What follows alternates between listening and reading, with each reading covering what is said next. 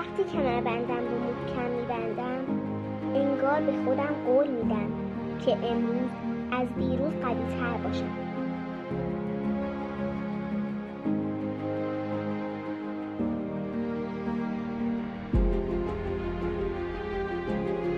هیچ کس خستگی قبل از مسابقه رو نمیبینه، فقط لحظه مبارزه دیده میشه. اما من میدونم هر حرکت، هر نفس و هر قطره عرق یه قدم منو به رویاهام نزدیک‌تر می‌کنه.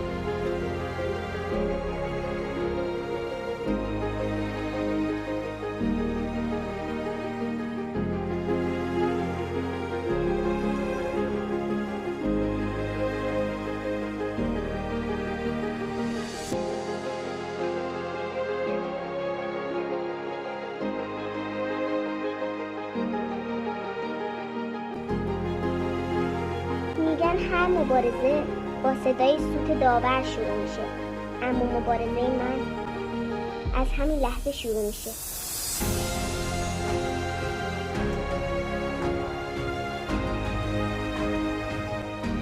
هنوز مدالی نگرفتم، اما یاد گرفتم آدم‌ها رو مدال‌هاشون قهرمان نمی‌کنه.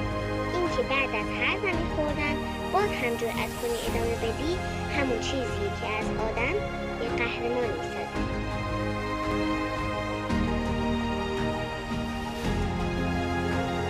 مسابقه همیشه همونطور که میخوای پیش نمیره.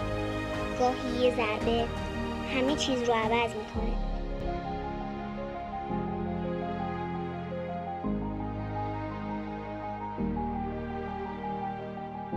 زمین خوردن فقط چند ثانیه طول میکشه، اما تصمیمی که بعدش میگیری میتونه مسیرت رو عوض کنه.